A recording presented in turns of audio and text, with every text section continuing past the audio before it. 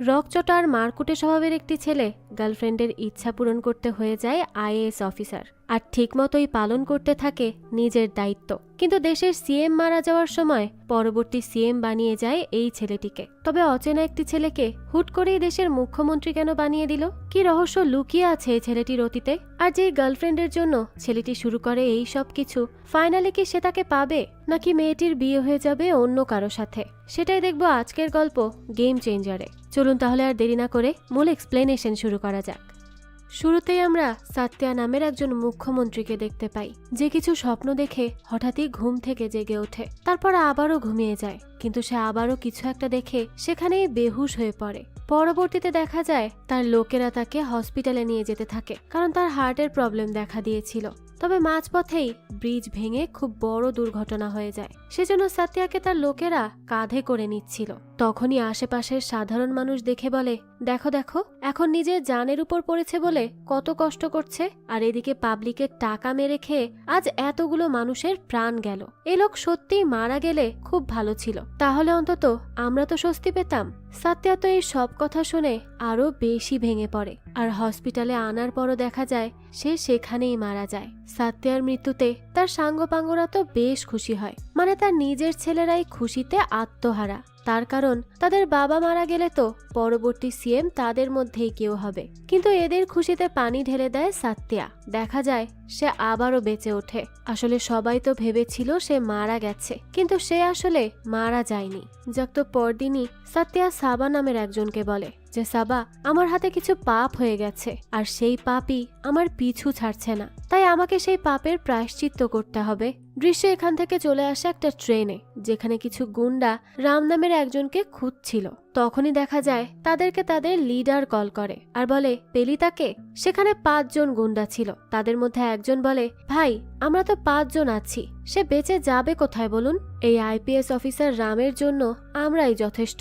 তখন তাদের লিডার বলে, আরে গাধা, সে এখন আইএএস হয়েছে, অর্থাৎ কালেক্টর, আর এর আগে সে ছিল আইপিএস, এখন না।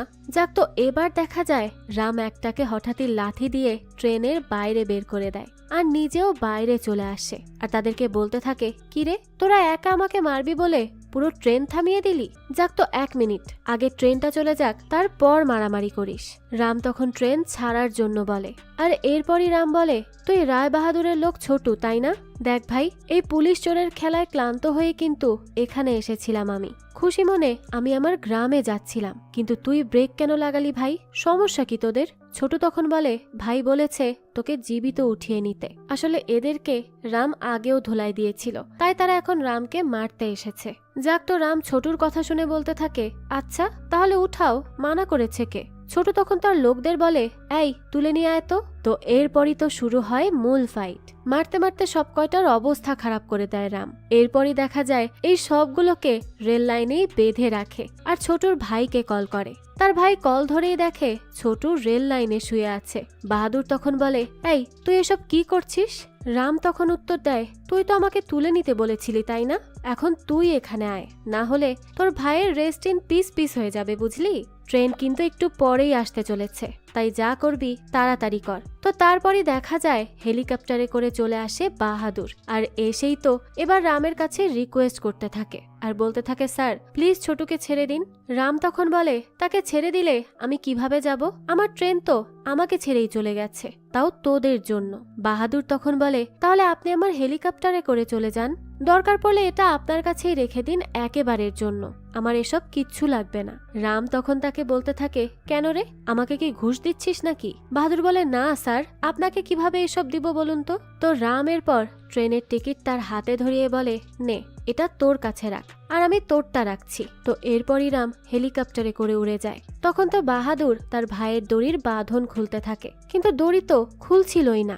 এদিকে তো ট্রেন প্রায় চলেই এসেছিল। ছোট তো ভেবেই নেয় সে হয়তো এবার মরতে চলেছে, কিন্তু ঠিক তখনই দেখা যায় হেলিকপ্টারে করেই উড়ে যাওয়ার সময় রাম তাদের সবার দড়ি কেটে দেয়, আর সবাই তো একটুর জন্য প্রাণে বাঁচে। তারপরই রাম চলে আসে তার বাবার বাড়ি। রামকে তার মা বরণ করে ঘরে তোলে। তখন তার বাবা বলে, আমার ছেলে আমার এই এলাকার কালেক্টর হয়েছে, আমি তো খুব খুশি, অনেক গর্ব হচ্ছে আমার। আর রামের মা বলে, আমি তোকে পুলিশ হতে দেখেছি, এখন কালেক্টর হতেও দেখছি, এসবে আমি খুশি, তবে আমার শেষ ইচ্ছা তোকে বিয়ের কার্ডেও দেখব, মানে তোর নাম আর কি। রাম এসব শুনে বলে, মা আমি বাড়ি এসেছি 1 মুহূর্তও হয়নি, আর তুমি অমনি শুরু করে দিলে, আমি বলেছি তো বিয়ে করব না। এটা শুনে তার মা তাকে জিজ্ঞেস করে, কেন করবি না? আমার কি ইচ্ছে করে না ঘরে বউ দেখতে? রাম বলে, ঠিক আছে, তাহলে তোমার আরেক ছেলের বিয়ে করিয়ে দাও আর ঘরে বউ নিয়ে আসো, আমি বিয়ে করব না, এটা তো বলেই দিয়েছি, আর কেন করব না সেটাও ভালো করে জানো। তখন তার মা তাকে বোঝাতে থাকে আর বলতে থাকে, রাম তোর তো নিজেরও একটা জীবন আছে, এইভাবে কত চলবে? কিন্তু রাম তো তার ভাই বোন মা কারো কথাই শোনে না, সে বিয়ে করবে না, এটাই তার ফাইনাল ডিসিশন। তবে সে বিয়েটা কেন করতে চাইছে না তা তো আমরা পরবর্তীতেই জানতে পারবো। অন্যদিকে সত্যা সবাইকে নিয়ে বৈঠকে বসে। সে বলে, সরকারের কাছে আর মাত্র 1 বছর আছে, আর এই 1 বছরে ইতিহাসে আমাদের নাম তুলতে হবে। আজ থেকে সরকার কোনো পক্ষপাতী করবে না, তোমাদের যতই গুন্ডাগিরি আর উপরের সিস্টেম আছে সব এই মুহূর্তে ছেড়ে দাও, নিজেদের লোকদের তারিফ করা বাদ দাও, এখন থেকে কেউ তার পাওয়ারের ফায়দা নিবে না। তখনই সেখানে তার ছেলে বলে, এসব কি বাবা, যদি আমরা 1 বছর ভালো হয়েও যাই তাতেই বা কি হবে? লোকেরা কি আমাদেরকে বিশ্বাস করবে? তারা ভাববে আমরা নাটকই করছি, তো এইসব শুধু শুধুই টাইম নষ্ট। সত্যা তখন বলে, চুপ থাকো, আমি যা বলেছি তাই হবে, আমরা জনগণের দায়িত্ব সম্পূর্ণভাবে পালন করব, তাদের সমস্ত দাবিও পালন করা হবে, তাদেরকে আর ঠকানো যাবে না। আগামী 1 বছর আমি মুখ্যমন্ত্রী, সেজন্য আমার কথাই শেষ কথা। অন্যদিকে আমরা সাইদ সাত্যাম নামের একজনকে দেখতে পাই, যে নাকি জন্ম থেকেই সাইড হয়ে হাঁটে, সেজন্যই তাকে সাইদ সাত্যাম ডাকা হয়। তো এই সাইড হচ্ছে ডিস্ট্রিক্ট কালেক্টর অফিসার, অর্থাৎ রামের অ্যাসিস্ট্যান্ট। সে ওখানেই কাজ করে। আজ প্রথম দিন অফিসে আসে রাম, এসেই প্রথমে মিটিং ডেকে বলে, এই ডিস্ট্রিক্টে যত সমস্যা আছে এবং সেই সমস্যার জন্য যারা দায়ী তাদের একটা লিস্ট আমাকে দিবে। সেখানে একজন বলে, ওকে স্যার, 1 সপ্তাহের মধ্যেই দিচ্ছি।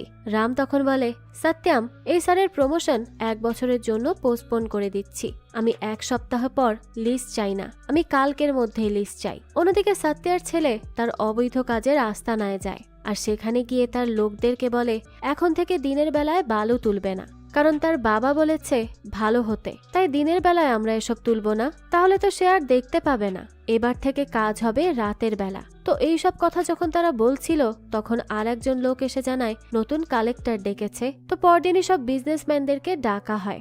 রাম তো সবাইকে প্রথমে বুঝিয়ে বলে যে ভালো কাজ করতে হবে, ভালো মানুষ হতে হবে, কিন্তু এটা বললেই তো আর করা সম্ভব নয়। তাই আমি বলবো, যে লেভেলের ক্রাইম করো তোমরা আর যে লেভেলের ঘুষ খাও সেগুলো কমিয়ে আনো 2 ভাগের মতো। তখন তো তারা সবাই হাসাহাসি শুরু করে। তাই রাম সেই সত্যমকে বলে, সবকটাকে বাসে তুলো তো। সবাইকে তখন বাসে করে নিয়ে বেরিয়ে পড়ে রাম। প্রথমে হানা দেয় রাওয়ের চালের গোডাউনে। রাম চাল দেখে বলে, বাহ, খুব পরিষ্কার চাল তো, কিন্তু এত এত চাল থাকা সত্ত্বেও কোনো ইঁদুর নেই কেন? রাও তখন বলে, না মানে ইঁদুর আসেই না এখানে। রাম এটা শুনে বলে, ইঁদুর আসবে কিভাবে? সরকারের ফ্রি চাল তোমরা এখানে আনো আর সেগুলোকে কেমিক্যাল দিয়ে চকচকে করো, এরপর 1 টাকার চালকে 60 টাকায় বিক্রি করো। ইঁদুর থাকবে কিভাবে? কারণ তারা তো এগুলো খেয়ে বেঁচে থাকতে পারে না। একবার ভেবে দেখো, ইঁদুর মারা গেলে মানুষের কি অবস্থা হচ্ছে এসব খেয়ে। আরে মানুষ তো ভাত খায় বাঁচতে, তারা রোগ বানিয়ে মরতে চাল কিনে না। এই কথা বলে রাম বেরিয়ে যায় গোডাউন সিল করে, আর রাওকে পুলিশ ধরে নেয়। রামের এত কঠিন কাজ দেখে তো বাকিরা আইডিয়া করে নেয় যে রাম যে সে কোনো লোক না, তার কথার থেকে বেশি কাজ চলে। তো এরপরই সে যায় মালেশ্বরের বিল্ডিং এ। সেখানে গিয়ে রাম বলে, এখন যদি বিল্ডিং এর উপরের ফ্লোরে আগুন লাগে তাহলে ফায়ার ফাইটার কিভাবে যাবে? তুমি কি নিচে কোনো জায়গা খালি রেখেছো? তোমাদের এইরকম মলের কারণে কত মানুষ মারা যায় জানো? এবার এই মলকে ভেঙে ফেলা হবে। এ কথা শুনে মালেশ্বর বলে, কি?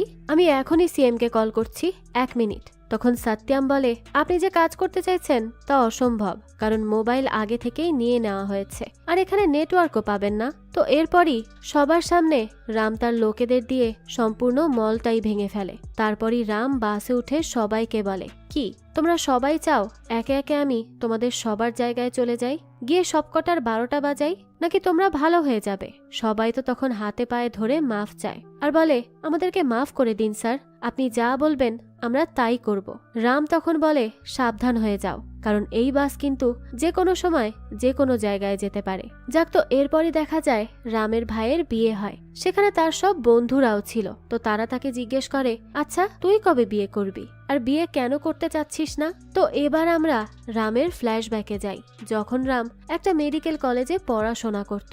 সেখানে একদিন রাম দীপিকা নামের একজন বাবাকে বেশ মারধর করে আর বলে, কলেজের স্টুডেন্টদেরকে খারাপ নজরে দেখতে তোর লজ্জা করে না? দীপিকা তখন বলে, এই কি সব বলছো, আমার বাবা উনি। রাম তখন বলে, তাহলে মেয়েকেই বলছি যে নিজের বাবাকে একটু ভালো শিক্ষা দিতে পারোনি? রাম তখন আরো বলে, তুমি কি জানো তোমার বাবা অর্থাৎ এই কেপি স্যার মেয়েদেরকে হ্যারাস করছে, তাদেরকে বিরক্ত করছে। তখন দীপিকা অবাক হয়ে বলে, তুমি কি বলছো? কোন কেপি প্রফেসরের কথা বলছো? আমার বাবা উনি না? রামের ফ্রেন্ডরাও তখন এসে বলে, হ্যাঁ উনি তো সেই কেপি স্যার না, উনি তো ভালো। কেপি নামের আর একজন আছে, সে খারাপ। এবার তো রাম বেশ লজ্জায় পড়ে যায়, কারণ সে তো রাগের মাথায় দীপিকার বাবাকে খুব বাজেভাবে মেরে ফেলেছে। তাই সে সরি বললেও দীপিকা রামকে জেলে দিয়ে দেয়। তারপর তো রামের ফ্রেন্ডরা এসে বলে, রাম এমনিতে খুব ভালো ছেলে, কিন্তু রাগ হয়ে গেলে তার থেকে খারাপ কেউই হয় না। এরপর এক মেয়ে বলে, আসলে আমাকে ওই প্রফেসর আমার বয়ফ্রেন্ডের সাথে দেখেছিল, আর পরে সে আমার সাথে খারাপ আচরণ করেছিল। এটাই রাম জানার পর ভেবেছে তোমার বাবাই হয়তো ওই প্রফেসর, সে জেনে শুনে কিছু করেনি, প্লিজ তার কেসটা তুলে নাও। তো এরপরই দীপিকা তাদের কথা শুনে রামকে জেল থেকে মুক্ত করে। রাম তো বেরিয়ে এসে দীপিকাকে থ্যাঙ্কস বলে আর কেপি প্রফেসরকে সরি বলে। কিন্তু পরদিনই কলেজে গিয়ে সে ওই কেপি প্রফেসরকেও মারে, যে আসল কালপ্রিট। দীপিকা তখন বলে, তো তুমি তাকেও মেরেছ? রাম বলে, হ্যাঁ, কারণ সে খারাপ, আর তার জন্যই তো ভুলে আমি তোমার বাবাকে মেরেছি। আমার অনেক বেশি খারাপ লাগছিল, সেজন্যই আসল কেপিকে মেরে রাগ কমালাম। দীপিকা তখন তাকে বলতে থাকে, প্রেমে পড়ে গেলে নাকি? রাম তো এটা শুনে বলে, আরে এত ডিরেক্টলি কে বলে এসব কথা? দীপিকা তখন বলে, দেখো এইসব তোমার মনে আসলেও ভুলে যাও, কারণ তোমার আর আমার মধ্যে কিছুই হবে না কখনো। রাম এটা শুনে তাকে জিজ্ঞেস করে, কেন কেন হবে না? দীপিকা বলে, কারণ এত রাগী ছেলে আমার চাই না। যখন দেখো সেখানেই মারামারি করতে থাকো, এসব আমার একদম পছন্দ না। রাম এইসব শুনে বলে, আচ্ছা ঠিক আছে, তাহলে তোমার জন্য মারামারি রাগ সব বাদ, আমি কিছুতেই আর রাগ করব না। করব নাকি, আমি তো ছেড়েই দিয়েছি রাগ করা। ঠিক তখনই পাশ দিয়ে একটা ছেলে যায় যে দীপিকাকে দেখছিল। রামের তো তখন অনেক বেশি রাগ উঠে যায় আর তাকেও সে মারধর করে। তাই দীপিকা রাগ করে সেখান থেকে চলে যায়। এরপর রাতের বেলা দেখা যায় দীপিকা তাকে ইগনোর করছিল। তখন রাম তাকে বলতে থাকে, আরে যাচ্ছ কোথায়, আমাকে বলো এই রাগের কি করব? দীপিকা বলে, আচ্ছা কোনো সমস্যাতে রাগ জরুরি নাকি সেটা সমাধান করা জরুরি বলো তো? রাম বলে, সমাধান করা জরুরি। দীপিকা তখন বলে, তাহলে এরপর কখনো এরকম পরিস্থিতিতে পড়লে রাগকে সাইডে ফেলে দিবে, বুঝেছ? আমি আমার বাবার সাথে কথা বলতে গেলেই ঝগড়া হয়, কিন্তু ঝগড়া জরুরি নাকি বাবা জরুরি? রাম বলে, বাবা জরুরি। দীপিকা তখন বলে, হ্যাঁ এজন্যই তো আমি রাগকে ফেলে দিয়ে ঝগড়া ভুলে যাই। রাম এইসব শুনে বলে, আচ্ছা তাহলে আমিও এবার থেকে এরকম ভাবেই চলবো। তো পরদিনই রাম বাইকে করে যাচ্ছিল। পুলিশ তখন আটকে বলে, সাইনবোর্ড দেখোনি, এখন ফাইন ভরো। রাম তখন দেখে সাইনবোর্ড তো নিচে পড়ে আছে, তাও পুলিশ তাকে ধরে আছে। এবার সে বারবার বলছিল, আমি ফাইন দিব না, আর সে তার নিজের রাগ কন্ট্রোল করতে হাতে রাবার দিয়ে হিট করছিল। কিন্তু এরপর তো রাবারটাও সাপোর্ট করা ছেড়ে দেয়। তাই সে রাগ কন্ট্রোল করতে না পেরে পুলিশকে পাঁচ মারতেই যাবে, কিন্তু তখনই নিজেকে সে আটকে নেয়। সে তো মাঝ রাস্তায় গাড়ি ঘোড়া থামিয়ে ডান্স করা শুরু করে, মানে সে তার রাগ কন্ট্রোল করছে। পুলিশ তখন বলে, আরে ফাইন দিতে বলেছি, কিন্তু এই ছেলে তো ডান্স করছে, এ আবার কেমন কথা? আশেপাশের সবাইও তখন তার ডান্স দেখছিল। সেখানে তখন দীপিকাও আসে, আর তখন তার বান্ধবী বলে, রাম কি করছে এসব, তোর প্রেমে পাগল হয়ে গেল নাকি? দীপিকা বলে, সে তো বুঝতে পেরেছে ডান্স করলে রাগ কন্ট্রোলে থাকে, সেটারই চেষ্টা করছে। তো এরপরই কলেজে আসে সে। তো আজ আবারও কয়েকটা ছেলে তাকে আজে বাজে কথা বলে। রাম তখন তার রাগ কন্ট্রোল করে বলে, ভাই এইসব রেখে চলো বন্ধু হয়ে থাকি। দীপিকা তখন বলে, তোমার সত্যিই রাগ হয়নি? রাম বলে, না তো, রাগ হবে কেন? আমি তোমার জন্য ডাল হয়ে গিয়েছি, তাও বিনা তারকাওয়ালা, বুঝতে পারলে? দীপিকা তো রামের প্রতি বেশ ইমপ্রেস হয়ে যায় আর সেখান থেকে চলে যায়। তবে সে যাওয়ার পরই রাম ওই ছেলেগুলোকে দৌড়ে দৌড়ে মারে। একটাকে মেরে তো রক্তই বের করে ফেলে। কিন্তু তখনই সে পেছনে তাকিয়ে দেখে দীপিকা দাঁড়িয়ে আছে। দীপিকা তো তার উপর অনেক রেগেছিল, তাই সে রামকে নিয়ে একটা জায়গায় যায় কথা বলতে। দীপিকা বলে, রাম, আমি জানি তোমার রাগ এখানে রাইট ছিল, কিন্তু এইভাবে রেগে মারপিট করে কিছু হবে কি? রামের উত্তরে বলে, তাহলে যে ভুল তাকেও ছেড়ে দিব নাকি? দীপিকা বলে, দেখো, আমি ছাড়তে বলছি না, কিন্তু তুমি যদি একজন সাধারণ মানুষ হয়ে এরকম মারপিট করো তাহলে তোমার ফ্যামিলিই সাফার করবে। তবে এই রাগই যদি তুমি অফিসার হয়ে ইউজ করো তাহলে সেটা দেশের কাজে আসবে। তাই তুমি প্লিজ আইএএস অফিসার হয়ে যাও। রাম বলে, কেন, আইপিএস কি হতে পারি না?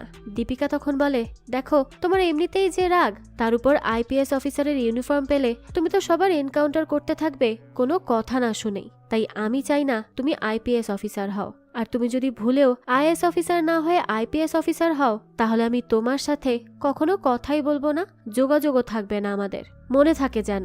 তো এরপরই রাম আইএএস এর জন্য প্রস্তুতি নেয়। সে তো খুব হার্ড ওয়ার্ক করে, কিন্তু তার মার্ক কম আসায় তাকে আইপিএস অফিসার হতে হয়। এরপর থেকে রাম অনেক চেষ্টা করেছিল দীপিকাকে খোঁজার, তার সাথে কথা বলার, কিন্তু সেটা আর হয়ে ওঠেনি। দীপিকা তো এই শহর ছেড়েই চলে গিয়েছিল। এই হচ্ছে রামের বিয়ে না করার ব্যাক স্টোরি। তো তারপর থেকে রাম প্রতি বছর আইএএস এর জন্য চেষ্টা করে এবং অবশেষে সে হয়েই যায় আইএএস, অর্থাৎ এই এলাকার কালেক্টর। তো বর্তমানে এই কাহিনী শুনে সেখানে একটা ছেলে বলে, ভাই, আমি জানি সে এখন কোথায় আছে, কিন্তু এই কথা বলেই সে তো বেহুশ হয়ে যায়, কারণ সে অনেক বেশি ড্রিঙ্ক করে ফেলেছিল।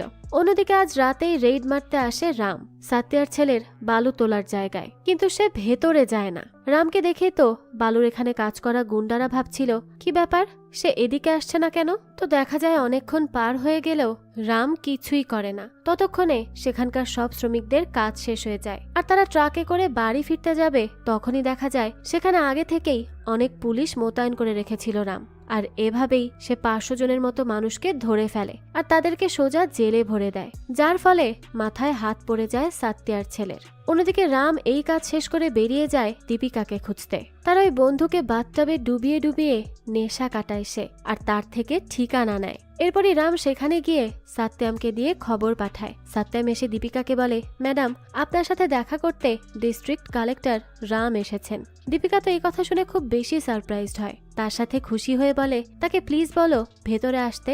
রাম তখন বলে, আমি কেন যাব, তাকে বলো আসতে। সাত্যাম তখন বলে, ম্যাডাম, আপনাকে বলেছেন আসতে। এটা শুনে তো দীপিকা বলে, আমি কি খুঁজতে খুঁজতে এসেছি নাকি সে এসেছে, তাকে বলো আসতে। তো রাম এরপর চলেই যাচ্ছিল, তখন দীপিকা নিজের রাগ রেখে বাইরে আসে। রাম তখন আবারও গাড়ি ঘুরিয়ে এসে দীপিকার সাথে দেখা করে। সে বলতে থাকে, রেগে আছো? দীপিকা বলে, রাগ ফেলেই তো এসেছি, খুব বড় অফিসার, তাই ভেতরে আসতে চাইছো না তাই না? প্লিজ আসো, আমি এসে বলছি তো। রাম এরপরও মানা করে, সেজন্য তো দীপিকা ভুল বুঝে চলে যাচ্ছিল। তখনই সেখানে আসে দীপিকার ওই ডিস্ট্রিক্টের কালেক্টর, অর্থাৎ তাদের আলাদা ডিস্ট্রিক্ট ছিল। তো দীপিকার এখানে ডিস্ট্রিক্ট কালেক্টর এসে রামকে বলতে থাকে যে এক ডিস্ট্রিক্ট থেকে অন্য ডিস্ট্রিক্টে অনুমতি ছাড়া এসেছো একজন ডিস্ট্রিক্ট কালেক্টর অফিসার হিসেবে, তাই তোমার জব শেষ। নিয়ম জানা আছে তো? রাম এরপর বলে, মাথা ঠান্ডা করে আগে ওইখানে থাকা সীমানার পিলার দেখুন। আমি আমার ডিস্ট্রিক্টের সীমানা ক্রস করিনি, বরং আপনি ক্রস করে আমার ডিস্ট্রিক্টে আছেন, আর এবার আপনি বিনা অনুমতিতে আসার জন্য সাসপেন্ড হবেন। এটা শুনেই তো অফিসার বলে, আরে আরে প্লিজ এরকম করো না, আমি আর মাত্র 6 মাস আছি, এরপরে রিটায়ার্ড হয়ে যাব, এত রেগে যেও না। রাম তখন বলে, 6 মাস আগেই রেস্টে যান স্যার, সমস্যা কি, যান যান। তো এইসব এবার দীপিকা দেখে বুঝতে পারে যে এই কারণেই রাম তার কথা শোনেনি, কারণ তার ডিস্ট্রিক্ট ক্রস করার অনুমতি ছিল না। দীপিকা পরে নিজেই আবার এসে রামকে জড়িয়ে ধরে আর তাদের মধ্যকার সমস্ত সমস্যার সমাধান করে নেয়। তো রাম আবারও সাত্যার ছেলে মিনিস্টার মপি দেবীর কাজে বাধা দেয়। সারাক্ষণই রামের নজর থাকে তার উপর। মপি দেবীর লোক কল করলেও রাম বলে সে ব্যস্ত, তাই মপি দেবী তো খুব রেগে যায় আর সোজা চলে আসে রামের অফিসে। এসেই বলে, এই কালেক্টর, তুই জানিস না মিনিস্টার ডাকলে হাজির হতে হয়? রাম বলে, আপনার সাথে আপনার গেস্ট হাউসে 5 জন সন্দেহভাজন লোক আছে, আমি যদি সেখানে যাই আর আপনাকে তাদের সাথে দেখি তবে তো কাহিনী উল্টে যেত, আপনার বিরুদ্ধে আমার অ্যাকশন নিতে হতো, সেজন্যই আমি যাইনি। মপি দেবী এটা শুনে বলে, আমি কিছু কথা বলতে চাই। রাম তখন তাকে জানায়, দেখুন, তার জন্য অপেক্ষা করতে হবে। এটা শুনে মপি দেবী বলে, কি, আমি অপেক্ষা করব?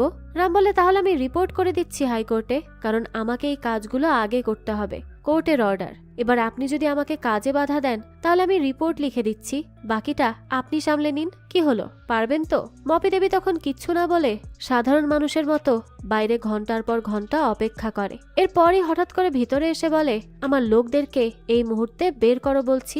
রাম বলে, তাই নাকি? তাহলে এই ব্যাপারটা এখানে লিখিত দাও, কারণ আমি অফিসিয়ালি তোমার লোকদেরকে জেলে দিয়েছি, সেজন্য বের করতেও তো অফিসিয়াল পারমিশন লাগবে। মপি দেবী তখন রেগে বলে, তুই জানিস কার সাথে কথা বলছিস? মুখ্যমন্ত্রীর ছেলে মিনিস্টার মপি দেবী আমি, আর তুই সামান্য একটা কালেক্টর হয়ে এইসব করে যাচ্ছিস।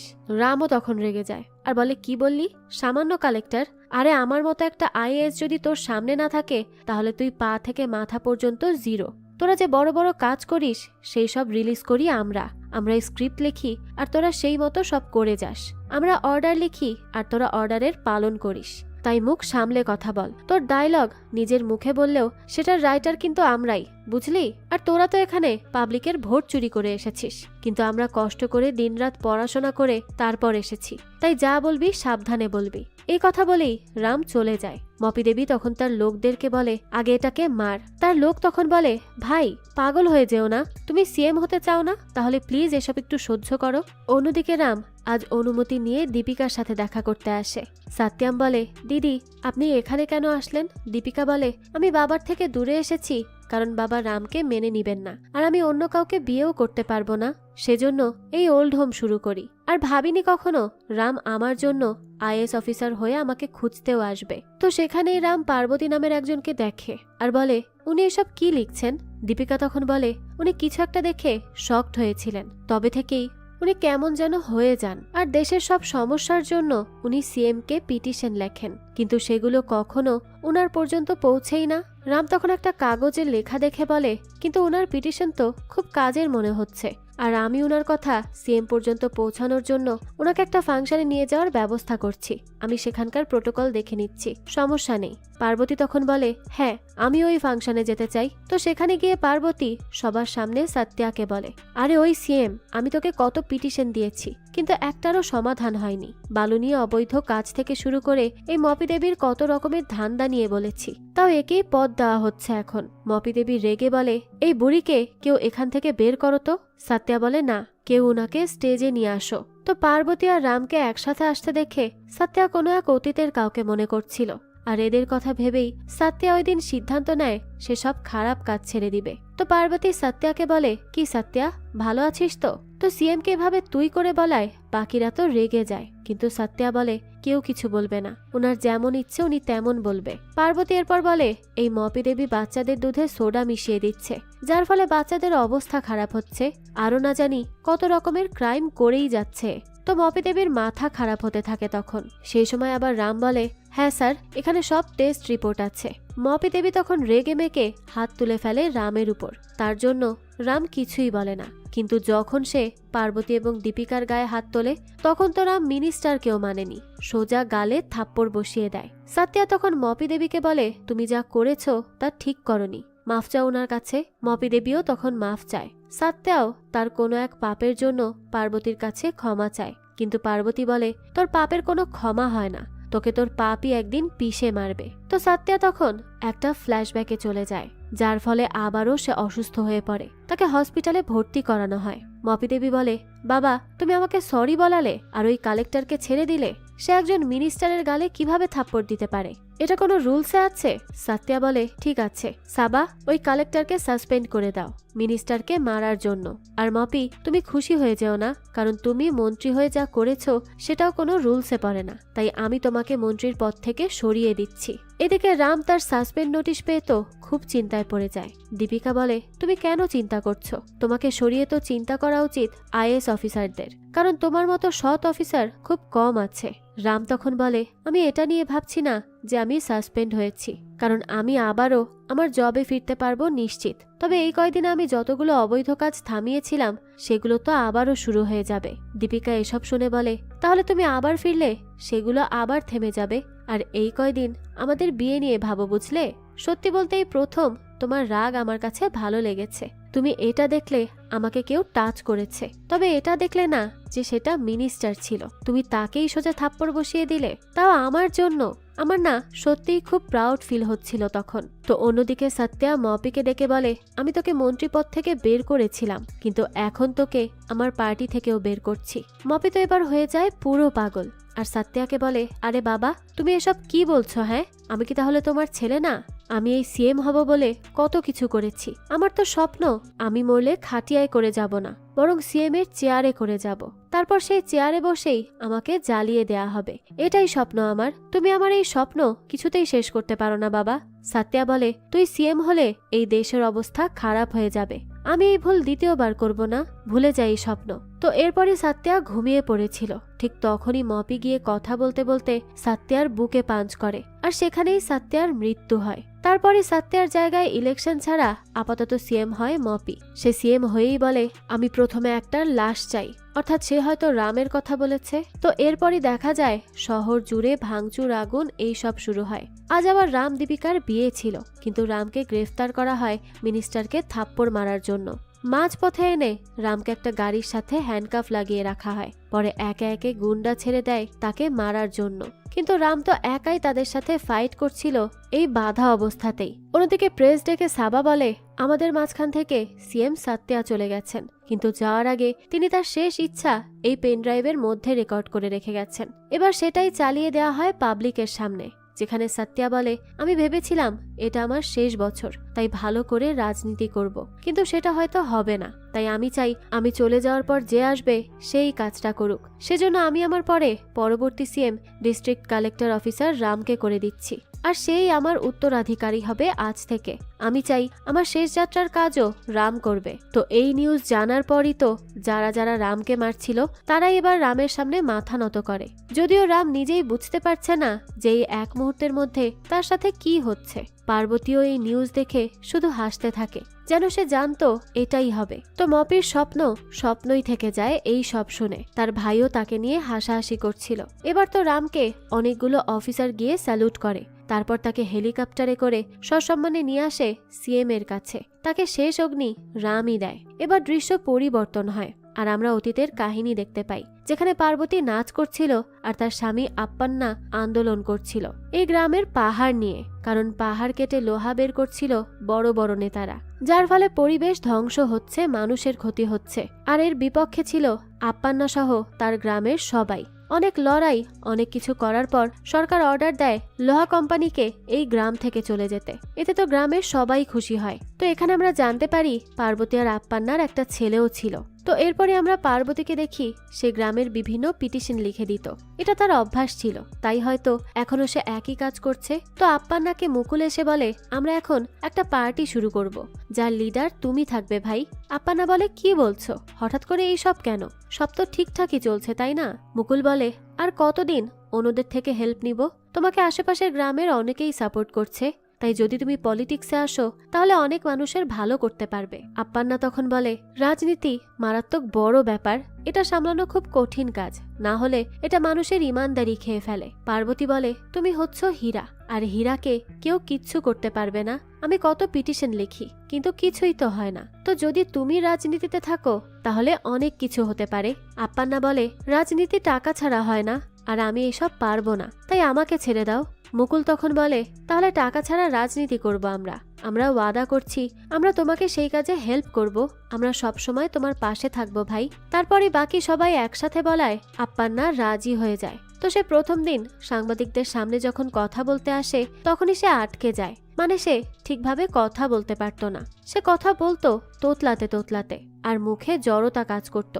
তো মানুষ বলে যায় টাকা ছাড়া রাজনীতি হয়েই যেতে পারে, কিন্তু কথা ছাড়া রাজনীতি কিভাবে হবে? এই কথাটা খুব এফেক্ট করে আপ্পান্নাকে, তাই দিনরাত সে অনুশীলন করে তার কথা ঠিক করার জন্য। কিন্তু যেই সমস্যাটা তার জন্মগতভাবে রয়েছে সেটা সে কিভাবে ঠিক করবে? পার্বতীও তার এই সমস্যা ঠিক করার জন্য অনেক কিছু করে। সে মন্দিরে মানত করে, পা পুড়িয়ে প্রার্থনাও করে, কিন্তু কিছুতেই কিছু হয় না। অবশেষে আপ্পান্না হেরে যায়, আর সে সিদ্ধান্ত নেয় তার বদলে অন্য কাউকে সে দাঁড় করাবে, যে কথা বলবে নিজের গলায়, কিন্তু সেই বলা কথাগুলো হবে আপ্পান্নার। আপ্পান্না তখন তার লোকেদেরকে ডেকে বলে, এমন একজনকে খোঁজো যে ভালো করে ভাষণ দিতে পারবে। সবাই বলে, না ভাই তুমিই দাও, অন্য কেউ কেন দিবে? আপ্পান্না তখন বলে, আরে যেই দিক, আসল তো হচ্ছে সত্যতা। আমরা চাই সত্যভাষী একজনকে। তখনই সেখানে একজন এসে বলে, ভাই এই হচ্ছে সত্যামূর্তি, খুব ভালো ছেলে, সে তোমাকে সাপোর্টও করে, ও পারবে ভাষণ দিতে। আপ্পান্নারও পছন্দ হয় সাত্যাকে, তাই সে তাকেই জনতার সামনে নিয়ে আসে। সাত্যাও আপ্পান্নার কথা মতো খুব সুন্দর করে একটা ভাষণ সেখানে দেয়। সব স্ক্রিপ্ট লিখত আপ্পান্না, আর সেটাই জনতার সামনে বলতো সাত্যা। মুকুল তো একবার বলেই ছিল, তুমি আড়ালে থেকে এত কিছু করছো, কিন্তু সবার কাছে হিরো হচ্ছে সে, সিএমও সে হবে, সবাই সেটাই ভাবছে। আপ্পান্না বলে, সঠিক কাজ হওয়াটাই লক্ষ্য, কে হিরো হবে কে বাহবা পাবে সেটা লক্ষ্য নয়। এই কথা বলে আপ্পান্না সবার সামনে সাত্যাকে তাদের পার্টির থেকে সিএম পদে দাঁড়ানোর জন্য বলে। এবার সব ঠিকঠাকই যাচ্ছিল, কিন্তু আপ্পান্নার ভয়ই সত্যি হয়ে যায়। টাকার রাজনীতি করার পরিকল্পনা করে ফেলে মুকুলরা, অর্থাৎ রাজনীতিতে কেউ ভালো থাকতে পারে না, এটাই প্রমাণিত হয়ে যায়। তখন আপ্পান্না বলে, আমি এই পার্টি শুরু করার আগে একটাই শর্ত রেখেছিলাম, কোনো টাকা এখানে অ্যাড হবে না। আর এই যে কোম্পানির থেকে তোমরা টাকা আনতে চাইছো, তারা তো আমাদের পাহাড় কেটে ধ্বংস করতে চাইছিল। আমি এই টাকা দিয়ে ভোট কিনে রাজনীতি করব না, তাহলে আমি পার্টি ক্লোজ করে দিব, মনে রাখবে এই কথাটা। তো মুকুল আর সাত্যাকে সেই কোম্পানি ডাকে আর বলে, বিনা পয়সায় কেউ সিএম হতে পারে না, তাই ভেবে দেখো কি করবে। মুকুল আর সাত্যা তো তখন সব টাকা নিয়ে চলে আসে। এই খবর পায় আপ্পান্না, তাই সে প্রেসকে বলে কাল আসতে একটা ঘোষণা করবে সে। প্রেস তখন মুকুলের কাছ থেকে জানতে চায় কিসের ঘোষণা হবে। মুকুল তো বুঝতে পারে আপ্পান্না কিছু একটা করতে চলেছে, সে হয়তো পার্টি বন্ধ করে দিবে। মুকুল তখন এটা সাত্যাকে বলে যে আমার মনে হচ্ছে ভাই সব জেনে গেছে, আর তাই সে পার্টি শেষ করবে কাল। এখন আমরা কি করব? তখন মুকুল বলে, কাল আমরা ভাইয়ের পরিবারকে কিডন্যাপ করে নিব আর ইলেকশন শেষে ছেড়ে দিব। সাত্যা বলে, লাভ হবে না, তারপর আবার তো একই কাজ করবে, তাই একেবারে প্রাণে শেষ করতে হবে। তারপর সেই মতনই দেখা যায় আপ্পান্নারা কোথাও যাচ্ছিল, তখনই মাঝপথে তাদেরকে আক্রমণ করা হয়। পার্বতী আর তার ছেলে তখন কোনো মতে সেখান থেকে পালায়, আর ওখানে লড়াই করতে গিয়েই আহত হয় আপ্পান্না। সে এরপর পুলিশ স্টেশনে কল করে বলে, আমার পরিবারকে কেউ মারতে চাইছে, প্লিজ বাঁচিয়ে নিন। পুলিশ তখন জিজ্ঞেস করে, আপনি কে, কোথা থেকে বলছেন? এবার তো আপ্পান্নার তোতলানোর জন্য আর কথাটা কমপ্লিটই হয় না। তারপরই আপ্পান্না কল করে তার পার্টির একজন লোককে আর বলে সেই মুহূর্তে কোথায় আছে। তো তখনই সাত্যা সব শুনে হাজির হয় আপ্পান্নার কাছে। আপ্পান্না তখন মুকুল আর সাত্যাকে বলে, তোর ভাবি আর আমার ছেলেকে খোঁজ, তারা কোথায় হারিয়ে গেছে, আমি তো বুঝতে পারছি না আমাকে কে মারতে চাইবে, আমি তো কারো কোনো ক্ষতি করিনি, আমার শত্রু কে হতে পারে? সাত্যা তখন বলে, আপনার শত্রু আপনার ইমানদারি। কথা বলেই সাত্যা চাকু বের করে। আপ্পান্না তখন বলে, মুকুল দেখলি তো, আমি বলেছিলাম এই রাজনীতি সামলানো খুব কঠিন, দেখলি রাজনীতি কিভাবে একজন বন্ধুকে ধোকাবাজ করে দিল আর একজনকে খুনি, দেখো যা হয়েছে ভুলে যাও, আর আমরা পার্টি শেষ করে দিব, তারপর আগের মতো আন্দোলন করব।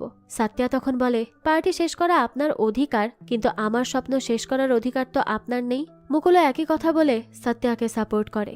এবার সেখানে সাত্যা নিজ হাতে হত্যা করে আপ্পান্নাকে। এই সব কিছু আড়াল থেকে দেখে ফেলে পার্বতী, আর এই শখ থেকেই সে বর্তমানে এই রকম হয়েছে। আর পার্বতীর ছেলেই হচ্ছে রাম। তো সেদিন সাত্যা আপ্পান্না এবং পরে মুকুলকেও মেরে ফেলে, যেন কোনো প্রমাণ না থাকে। তবে এত কাহিনী করার পর শেষ বয়সে তার মারাত্মক অনুতপ্ত বোধ হয়, তাই সে রামকে রামের উপযুক্ত জায়গায় বসিয়েই মারা যায়। আর মুকুলের এই দুই ছেলেকে সে তখন দত্তক নিয়েছিল, আর তারাই হচ্ছে মপি আর মপির ভাই। বর্তমানে রামকে এই সব কাহিনী বলছিল সাবা।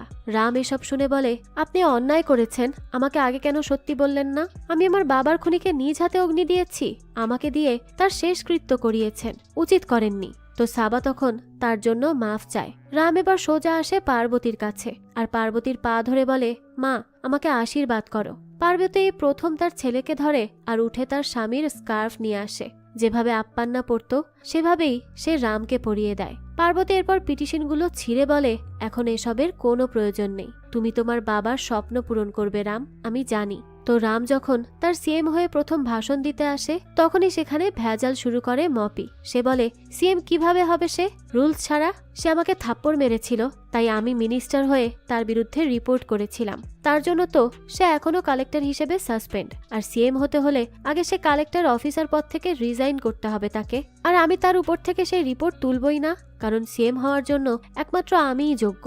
এরকম অনেক কথা বলে সেখানে বেশ চেঁচামেচি করে মপি, তাই তাকে সিএম করে সেখান থেকে রাম চলে যায়। মপির তো খুশির ঠিকানাই নেই, যা খুশি তা করতে শুরু করে সে। কিন্তু ঠিক 1 ঘন্টার মধ্যেই রামের উপর থেকে সেই কেস চলে যায়, কারণ দেশের সব আইএএস অফিসার রামের পক্ষে পিটিশন করেছিল। তো এবার আবারও মপির খুশিতে পানি ঢেলে ইলেকশন অফিসার হয়ে ফিরে আসে রাম। আর মপিকে এসে বলে, আমি এই যাবৎ অনেক রকমের সিএম দেখেছি, কিন্তু তোর মতো 1 ঘন্টার সিএম দেখিনি। যাক, তো ইলেকশন হবে 2 মাসের মধ্যে, তাই সমস্ত রুলস মানছ কিনা সেটা আমি দেখব। মপি বলে, কি এমন করবি তুই? বেশি হলে রাত 10টার পর প্রচারণা অফ করবি, কিন্তু আমি খুব ভালো করেই জানি কিভাবে ইলেকশন জিততে হয়। রাম তখন বলে, মনে রাখিস আমি আনপ্রেডিক্টেবল। এই কথা বলেই রাম সেখান থেকে চলে যায়। মপি এরপর অনেকগুলো অফিসারকে টাকা দিয়ে কিনে নেয়, কিন্তু তার এই চালাকির 2 ধাপ আগেই কাজ করে রাম। সে সমস্ত লোভী আর মিথ্যাবাদী অফিসারদেরকে সেখান থেকে আউট করে দেয়, আর সমস্ত ফ্রেশ এবং ন্যায়বান অফিসারদেরকেই রেখে দেয়। এরপরই রাম সিএম এর পদে দাঁড় করায় সাবাকে। সাবা তখন জনতার সামনে ওয়াদা করে বলে, এই যে আমি এই সব কিছুর পেপার করে সাইন করেছি, যদি ইলেকশনের 2 বছরের মধ্যে আমার করা একটা ওয়াদাও পূরণ করতে না পারি তাহলে কান ধরে পদ থেকে সরে যাব। অন্যদিকে রাম কিছু সাধারণ মানুষের সাথে কথা বলছিল। তারা বলে, এই নেতারা জেতার পর আমাদেরকে কিছুই দেয় না, ভুলেই যায় একরকম, আর ইলেকশনের টাইমে কিছু টাকা দেয়, তা দিয়েই আমরা খাই, কাপড় কিনি। এখন আপনি সেই টাকা নিতে মানা করলে আমরা মানব না। অর্থাৎ রাম তাদেরকে এসব টাকা নিতে মানা করে। সাত্যম তখন বলে, স্যার এরা তো মানবে না, কারণ দোষ তাদের না, দোষ নেতাদের, যারা এদেরকে গরিব রাখতে চায়। রাম তখন বলে, তাহলে চলো এবার নেতাদের গরিব করি। রামের পর সবাইকে বলে, আগে 1 ভোটের জন্য 2000 দিত নেতারা, কিন্তু এইবার 20,000 চাইবে, আর দেখবে নেতারা ঠিকই দিবে, কারণ তারা তো পরে গিয়ে কোটি কোটি টাকা ইনকাম করে তোমাদেরই ভোট নিয়ে। এদিকে মপি এসব জানার পর বলে, 20,000 চাইছে 1 ভোটের জন্য, পরে যদি হেরে যাই ইলেকশনে আমরা তো ফকির হয়ে যাব। তার ভাই বলে, না ভাই, সম্ভবই না হারা, আমরাই জিতব, আর যেই টাকা যাবে সেটা আবার তুলে নিব, তাও ওই সব লোকের কাছ থেকেই। এই জনগণ মেরেই তুলব আমরা। মপি তো তখন অনেক ভেবে চিনতে রাজি হয়। তারপর টাকা দিতে দিতে একেবারে ঘরই খালি হয়ে যায়। মপি এরপর সরকারি বিমানে করে আসে একটা জায়গায়, সেখানেই হাজির হয় রাম। রাম বলে, ইলেকশন শুরু হলে কোনো সরকারের জিনিসপত্র ইউজ করা যাবে না, এটা অবৈধ, তাই তোমার উপর 25 লাখ ফাইন করা হলো, ইলেকশন অফিসে পাঠিয়ে দিও। মপি বলে, আর যদি না দেই? রাম তখন বলতে থাকে, বেশি কিছু হবে না, শুধুমাত্র তোর নমিনেশন বাতিল করে দিব। এই কথা বলেই রাম সেখান থেকে চলে যায়। আর মপি তখন তার ভাইকে বলে, যা যা দিয়ে দে, মাত্র তো 25 লাখ। তো তারপরই রাতে মপির ভাই মণিমাণিকের টাকা ভর্তি ট্রাকের খবর আসে রামের কাছে। পরদিন সকালেই রাম মপিকে গিয়ে বলে, একটা নোটিশ আছে, শুনে নাও। এরপরই সাত্যম বলতে থাকে, ইলেকশনের রুলস হচ্ছে 40 লাখের বেশি খরচ করা যাবে না, আর তুমি তার মধ্যে 25 লাখই খেয়ে ফেলেছ, মানে ফাইন দিয়েছ। এখন আর 15 লাখের মধ্যেই তুমি ইলেকশন করবে। মপি তখন বলে, যদি না করি? সাত্যম তখন বলে, তাহলে আপনার মাথায় টুপি পরানো হবে নমিনেশন বাতিলের। তো মপিকে তখন তার লোকেরা বলে, ভাই এখন কি হবে? আমরা তো লোকেদের একটা বিরিয়ানিও খাওয়াতে পারবো না, তাদেরকে মিছিলেও টাকা দিতে পারবো না, গাড়ির পেট্রোলও ভরতে পারবো না। রাম তখন বলে, ও হ্যাঁ, এটা সরকারি গাড়ি, তাই সরে যাও এখান থেকে, আমি এটাতে চড়তে পারবো, কিন্তু তুমি এই মুহূর্তে পারবে না, এটাই রুলস। তো মপি এরপর পায়ে হেঁটেই প্রচারণা করে, আর তার ভাই বলে, শেষ পর্যন্ত তোমাকে পায়ে হাঁটিয়ে ছাড়লো? এর উত্তরে মপি বলতে থাকে, আমাকে যে অপমান করেছে তার জন্য আমি তাকে নিজের হাতে মারবো, একবার ইলেকশন তো জিতে যাই। এরপর রাতের বেলা রাম গিয়ে সিজ করে নেয় মনির টাকা ভর্তি ট্রাক, আর ইলেকশন থেকে তার নামটাও বাতিল করে দেয়। মপি তখন বলে, কি করলি এটা তুই মনি? মনি বলে, ভাই তোমাকেও তো আকাশ থেকে নিচে ফেলে পায়ে হাঁটিয়েছে। মপি বলে, দেখ, কাটা গায়ে নুন না দিলে হতো না, আমি তো তাকে এমনিতেও ছাড়বো না, খুব জলদিই ধরবো। এবার ইলেকশনের প্রথম ধাপে একটা হলে বোম লাগিয়ে রাখে মপি, সেটা তো ব্লাস্ট হয়ে যায়, কিন্তু ভাগ্য ভালো কেউ মারা যায়নি। তো মপি এরপর রামকে বলে, আমি এরকম আরো 7 জায়গায় বোম রেখেছি, যদি তুমি বাড়াবাড়ি করো তাহলে সবগুলো ফাটিয়ে দিব। যাক, তো এরপরই ভোট শুরু হয়, আর দেখা যায় অনেকে ফেক ভোট দিতে আসে, সেগুলোর কলও আসে রামের কাছে, কিন্তু রাম বলে তাদের গ্রেফতার করার দরকার নেই, ছেড়ে দাও। একের পর এক নকল ভোট দেয় তারা। ভোটিং শেষে খুশিতে আসে মপি, আর রামকে বেশ বড় বড় কথা বলে, আর এটাও বলে কোনো বোম সে রাখেইনি, এসব তো ভয় দেখাতে বলেছে সে। তখন রাম আবারও মপির খুশিতে পানি ঢেলে দেয়, আর বলে, তুই মিথ্যে ভয় দেখানোর জন্য করে থাকলেও আমি সত্যি সত্যিই করেছি। মপি বলে, কি? রাম বলে, বোম। এবার দেখা যায় যারা বারবার কেমিক্যাল দিয়ে আঙুলের দাগ মুছে একাধিকবার ভোট দিয়েছে তাদের আঙুল ফুলে একেবারে বাজে অবস্থা হয়ে যায়, আর তাদেরকে এবার গ্রেফতারও করা হয়, কারণ প্রমাণ তো আছে। রাম তখন মপিকে বলে, যে যেই জায়গায় নকল ভোটিং হয়েছে সেই জায়গায় আবারও রি-ইলেকশন হবে। তুই মিথ্যে বোম লাগিয়েছিলি, কিন্তু আমি সত্যি বোম লাগিয়ে দিয়েছি তোর চেয়ারে, অকর্মণ্য সিএম। তো এসব শুনে তো মপি খুব রেগে যায় আর তার লোকেদের এসে বলে, এদের আঙুল এমন হলো কিভাবে? মণি বলে, আরে ওই আনপ্রেডিক্টেবল রাম আমাদের কেমিক্যালে কিছু মিশিয়ে দিয়েছিল, যার ফলে সবার আঙুল এমন হয়েছে। তার উপর 20,000 করে নিতে বলেছে লোকদের, কিন্তু ভোট করতে মানা করেছে। তো তারপরই মপি এবার রিপোর্ট করে উপর মহলে রামের আসল মা বাবা নিয়ে। মপি বলে, এই রাম নিজের বাবার পার্টিকে জেতানোর কাজ করছে, সে পক্ষপাতিত্ব করছে স্যার, তাই একে সাসপেন্ড করুন আর ইলেকশন আবার শুরু করুন। রাম তখন বলে, না, আমার বাবা মা ওনারা না, কাগজপত্র দেখুন। মপি তখন বলে, তাহলে ডিএনএ করিয়ে দেখে নিন কে কার মা। তখনই সেখানে পার্বতীকে আনা হয় আর সে বলে, রাম আমার ছেলে। কিন্তু তখন রাম ইলেকশনের অবস্থা বাঁচাতে বলে, ওনার মানসিক অবস্থা খারাপ, উনি যা বলছেন তা সত্যি না। তো এবার রায় হয় যে ডিএনএ করেই সত্যি জানা যাবে। কিন্তু পার্বতী তো তার ছেলের মুখ থেকে এরকম কথা শুনে বেশ কষ্ট পায়। কিন্তু রাতে পার্বতীর কাছে মাফ চায় রাম। তাকে বলে, মা, আমি বাধ্য হয়েছি এসব বলতে, না হলে বাবার স্বপ্ন তো পূরণ হবে না। এই ইলেকশন বাতিল হলে মপি সিএম হয়ে দেশ ধ্বংস করে দিবে, প্লিজ আমাকে মাফ করে দাও। পার্বতী তখন বলে, আপ্পান্নার রক্ত কখনো ভুল করতে পারে না, তুমি যা চাইছো তাই হবে। তো পরদিনই রামের কাছে খবর আসে তার মা হসপিটালে নেই। রাম তখন দেখে তার মা এটা সার্চ করেছিল যে ডিএনএ টেস্ট থেকে কিভাবে বাঁচা যায়, আর একটা কেমিক্যাল আছে যার মধ্যে বডির সব পার্ট নষ্ট হয়ে যায়, গলে যায়। এসব দেখেই তো রাম দৌড়ে সেই কেমিক্যাল ফ্যাক্টরিতে চলে যায় আর গিয়ে দেখে যে তার মায়ের জুতা আর পায়ের ছাপগুলো যাচ্ছে সে বড় কেমিক্যালের ড্রামের দিকে। রাম তো সেখানে বসে মারাত্মকভাবে কাঁদতে থাকে, কারণ তার মা তার কথা রাখতে নিজেকে নৃশংস মৃত্যু দিয়েছে। আর যেন ডিএনএ করা সম্ভব না হয় সেই কারণে এইরকম পথ বেছে নিতে বাধ্য হয়েছে। রাম তখন নিজেকে নিজেই মারছিল আর খুব বেশি গিল্টি ফিল করছিল। তো যেহেতু রামের ডিএনএ টেস্ট হয়নি, তাই রামকে সাসপেন্ডও করা যায়নি। যাক, তো এরপর ইলেকশন চলতে থাকে রামের ইচ্ছা অনুযায়ী। তবে সেই ঘুরে ফিরে মপি আসে ভোট নষ্ট করতে, যেন এগুলো গোনার আগেই শেষ করে ফেলে। রামও সেখানে থেকে তার সাথে লড়াই করে, তাকে এটাও জানায় যে এই ভোট নষ্ট করেও সে জিততে পারবে না, অসম্ভব, কারণ তাদের ভোট অনেক বেশি। রাম আর মপি এখানে খুব ফাইট করে। এক পর্যায়ে রাম মপিকে প্রাণেই মেরে দিত, তবে তখনই দীপিকা এসে তাকে থামায়। ভোটিং এর রেজাল্ট চলে আসে, তবে সবার সম্মতিতে রাম সিএম হয়। সিএম হওয়ার আগে সে ইলেকশন অফিসার পদ থেকে পদত্যাগ করে আর সবার অনুমতিতে পরবর্তী মুখ্যমন্ত্রী রামই হয়। আর এরপর রাম প্রথম সিএম হয়েই জনতার সামনে এসে ভাষণ দেয়। সে তাদেরকে ওয়াদা করে তাদের সমস্ত প্রাপ্য তারা পাবে, ঘর পাবে, খাবারও পাবে। তার বাবার স্বপ্ন ছিল মানুষের উপকার করা, আর আজ সে সেই স্বপ্নের দিকেই এগিয়ে যাবে। সেখানে উপস্থিত সবার মন ছুঁয়ে যায় রামের এই ভাষণ, এবং এই সুন্দর মুহূর্তের সাথেই গল্পটাও এখানেই শেষ হয়ে যায়। এই তো ছিল আজকের গল্প। একজন ছেলে তার বাবার স্বপ্ন পূরণ করার জন্য কত দূর পর্যন্ত যেতে পারে সেটাই দেখানো হয়েছে এই গল্পে। তো এই গল্পটা আপনাদের কাছে কেমন লেগেছে সেটা অবশ্যই আমাদেরকে কমেন্ট করে জানাবেন। যদি এতটুকুও ভালো লেগে থাকে তাহলে একটি লাইক দিয়ে যাবেন। আর হ্যাঁ, আমাদের এই চ্যানেলে কিন্তু প্রতিনিয়ত নতুন নতুন ভিডিও আপলোড করা হয়। সেই সব ভিডিওর আপডেট পেতে আমাদের চ্যানেলটিকে সাবস্ক্রাইব করে বেল আইকনে অল দিয়ে রাখতে কিন্তু ভুলবেন না। আর একটা কথা, আপনার আমার মতো মুভি লাভারদের জন্য আমরা নিয়ে এসেছি সুলভ মূল্যে নেটফ্লিক্সের সাবস্ক্রিপশন, যেটি পেয়ে যাবেন আমাদের ফেসবুক পেজ এইচবি শপে। পেজের লিংক ডেসক্রিপশন বক্সেই দেওয়া আছে। আজকে তাহলে এই পর্যন্তই, আবারও হাজির হব নতুন কোনো ভিডিও নিয়ে। সেই পর্যন্ত সবাই ভালো থাকবেন আর আমাদের চ্যানেলের সাথেই থাকবেন। ধন্যবাদ।